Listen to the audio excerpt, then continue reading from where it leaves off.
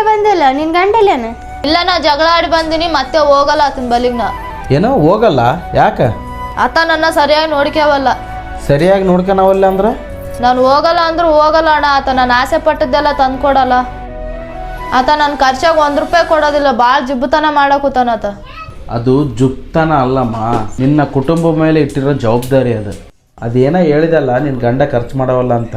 ರೊಕ್ಕ ಅದಾವಂತೇಳಿ ಖರ್ಚು ಮಾಡಿದ್ರೆ ಕಷ್ಟದ ಕಾಲದಾಗ ಯಾರು 1 ರೂಪಾಯಿ ಕೊಡಲ್ಲ ನಿಮಗೆ.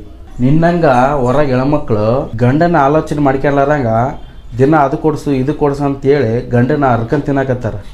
ಆದ್ರೂ ಹೆಂಡ್ತಿ ಕೊಡೋ ಟಾರ್ಚರ್ನ ತಡ್ಕೊಂಡು ಯಾರ ಹತ್ರ ಹೇಳಾರಂಗ ಮನುಷ್ಯನಾಗ ಇಟ್ಕೊಂಡು ಕೊರಗ್ತಾರೆ. ಬೆಳಗ್ಗೆಯಿಂದ ಸಾಯಂಕಾಲ ಕೆಲಸದಾಗ ಕಷ್ಟಪಟ್ಟು ಮನೆಗೆ ಬಂದಮೇಲೆ ನೀವು ಕೊಡೋ ತ್ರಾಸು ಅನುಭವಿಸಿ ಎಷ್ಟಂತ ಎಳಿತೇನಮ್ಮ ಸಂಸಾರ ಬಂಡಿನಾಗ. ಒಬ್ಬ ಗಂಡ ನಿನ್ನ ದೃಷ್ಟ್ಯಾಗ ಒಬ್ಬ ಗಂಡ ಖರ್ಚು ಮಾಡ್ಲಾರೋನು ಅವ್ನ ಗಂಡ ಅಲ್ಲ ಅಂತ ನೀನು ಅನ್ಬೋದು.